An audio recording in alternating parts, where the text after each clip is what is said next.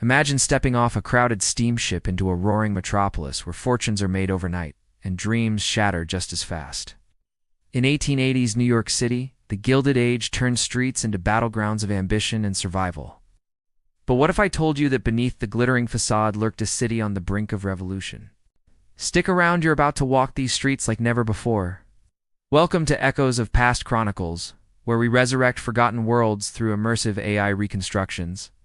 Today we're diving into New York City in the 1880s, the heart of the Gilded Age, a time when America exploded with wealth, innovation, and stark inequality. This wasn't just a city, it was a throbbing engine of progress. Home to over 1 million souls chasing the American dream amid towering ambitions and grinding poverty.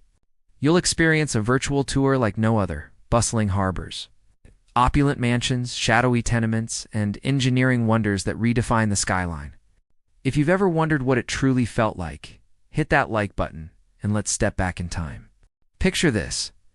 It's 1885, and your ship docks at Castle Garden, the gateway to the New World. The air hits you like a wall. It's thick with salt, coal smoke, and the sharp temps of unwashed crowds. Shouts in a dozen languages echo as thousands pour off vessels from Europe, their faces etched with hope and exhaustion. Would you have braved the Atlantic for this? In the 1880s, New York swelled with immigrants, Italians, Irish, Germans, and Eastern Europeans fleeing poverty and persecution. Over 5 million arrived in this decade alone, boosting the city's population to nearly 1.5 million by 1890. You push through the throng, dodging pushcarts laden with wilted produce and street urchins hawking newspapers for a penny. The harbor buzzes with ferries and tugboats, while massive clipper ships unload exotic cargoes from around the globe. Many newcomers ended up in crammed inspection lines, poked and prodded by officials fearing disease. If you passed, the city awaited, a labyrinth of opportunity or despair. Imagine clutching your few belongings, stepping onto Battery Park's cobblestones, gazing up at the first skyline hints.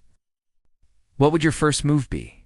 Head uptown for work, or vanish into the shadows of the Lower East Side? Now let's stroll Broadway, the artery pulsing with life. Horse-drawn carriages clatter over uneven stones, kicking up dust and manure that mingles with the aroma of roasting chestnuts from vendors' carts. The din is deafening, bells from elevated trains overhead, hawkers yelling fresh oysters, and the rumble of omnibuses packed with commuters. Can you feel the energy? It's electric literally, as Thomas Edison's Pearl Street station lights up downtown in 1882. By day, you'd weave through throngs of bowler-hatted businessmen rushing to Wall Street, where fortunes swung on stock tickers. Women in bustled skirts shop at grand department stores like Macy's, expanded in the 1880s into a consumer paradise. But surprise, crime lurked everywhere, pickpockets in the crowds, and gangs like the Wyos ruling the Bowery with brass knuckles. You won't believe this, but police corruption was rampant, with Tammany Hall boss's shadow still lingering.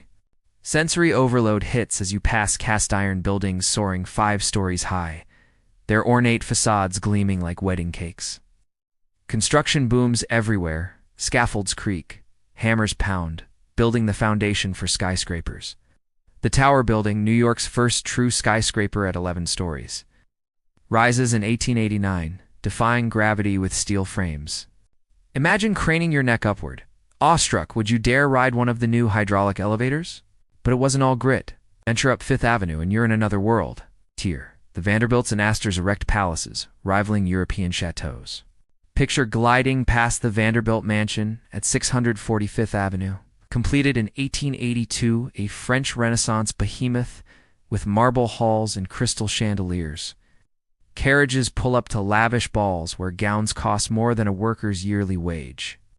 You would have smelled French perfumes wafting from open windows, heard orchestras playing waltzes late into the night. The Gilded Age elite, dubbed the 400, flaunted wealth shamelessly. Cornelius Vanderbilt's fortune topped $100 million, built on railroads, while his family hosted dinners with diamond-studded favors. But here's a myth busted.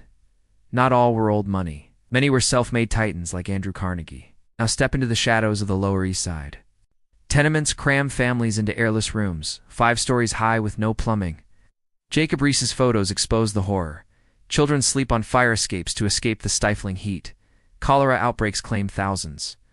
Over 300,000 squeezed into a square mile, working sweatshops for pennies. Smell sewage in the alleys.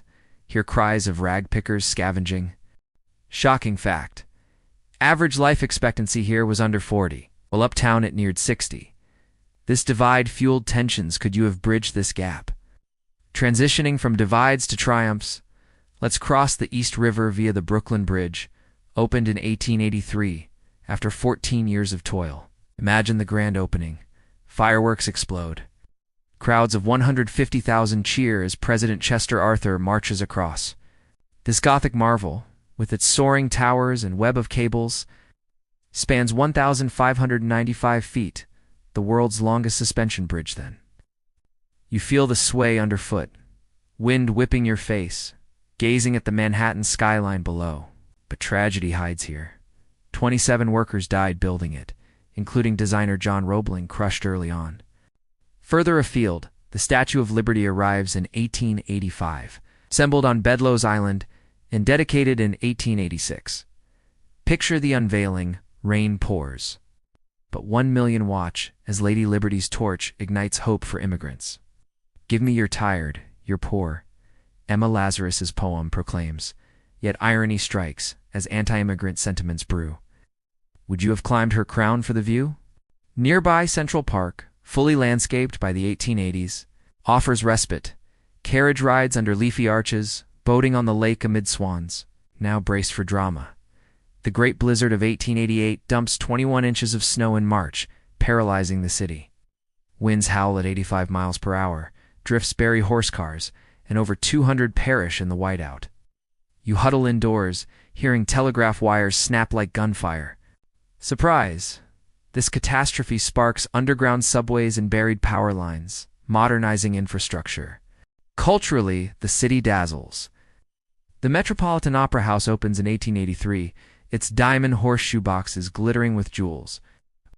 Vaudeville theaters on the Bowery belt out songs, while dime museums showcase oddities like P.T. Barnum's Freaks. You smell popcorn and cigar smoke. Laugh at comedy sketches, ethnic neighborhoods thrive, Little Italy's feasts, Chinatown's lanterns, but corruption simmers. Tammany Hall rigs elections, bosses pocket millions. This vibrant chaos defined the era, setting the stage for the 20th century. From immigrant docks to tycoon mansions, 1880s New York embodied the Gilded Age's glittering promise and brutal realities. We've seen bridges defy rivers, blizzards halt empires, and dreams clash with despair. Today, those same streets pulse with echoes. Skyscrapers tower higher, but the hustle endures. What lessons linger? That progress demands justice, and history's ghosts shape our world. If this journey blew your mind, smash that like button and subscribe to Echoes of Past Chronicles for more AI reconstructed adventures. I can't wait to step into Boston's 1700s. I'm coming along. Comment below, what's your dream city and era to explore next? Turn on notifications, you won't want to miss our upcoming dive into Boston in the 1700s.